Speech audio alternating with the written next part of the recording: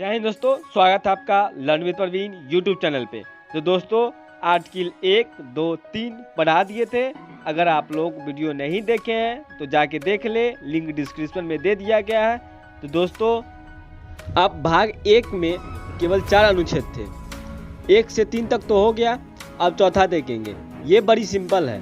चौथा कहा गया है, जब सांसद अनुच्छेद 2 का प्रयोग करेगी यानी किसी विदेशी राज्य को मिलाएगी, या अनुच्छेद 3 का प्रयोग करेगी यानी किसी राज्यों को तोड़ेगी, तो उसके लिए राष्ट्रपति से किसी भी विशेष अनुमति की जरूरत नहीं है, क्योंकि इसे अनुच्छेद 368 के बाहर रखा गया है। जिसे 368 में रख दिया जाता है उसमें राष्ट्रपति का साइन होना जरूरी है, लेकिन इन दोनों का प्रयोग करते हुए राष्ट्रपति का साइन की जरूरत नहीं है, क्योंकि पहले ही राष्ट्रपति को सूचना दे दिया जाता है कि हम विदेशी राज्यों को मिलाने जा रहे हैं और वर्तमान में तोड़ने जा रहे हैं। इस अनुच्छेद में कुछ छुपी हुई बातों को समझे, जिसे हम रेड कलर से लिखे हैं। तो अनुच्छेद 4 कहता है कि किसी भी राज्यों को मिलाने से पहले या वर्तमान में किसी राज्यों को तोड़ना चाहते हैं तो आपको संसद में 2/3 यानी 66% वोट की जरूरत नहीं है। आपके पास केवल 50% वोट है तो आप समझ लीजिए कि आप कर सकते हैं। और आप बताइए हमारे यहाँ कितने हैं?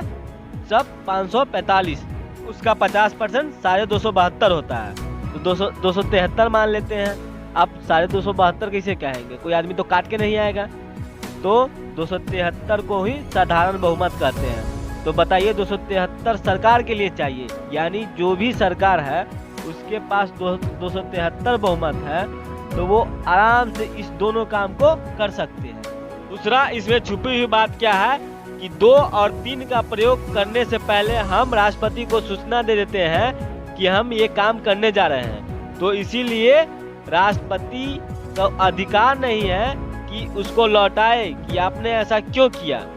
भाई हम तो पहले ही सूचना दे दिए थे, तो इसीलिए राष्ट्रपति इस पर साइन करने के लिए बाध्य है। बाध्य बनाने के लिए इसे 368 के बाहर रखा गया है।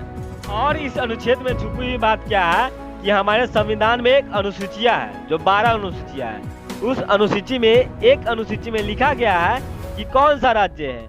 अब एक बात बताइए आप कि किसी विदेशी राज्यों को मिलाएं, किसी राज्यों को आप तोड़ दिए, तो अनुसूची 1 में भी जाके चेंजिंग करना पड़ेगा ना, कि भैया हमने ये वाला राज्य मिला दिया और ये वाला तोड़ दिया।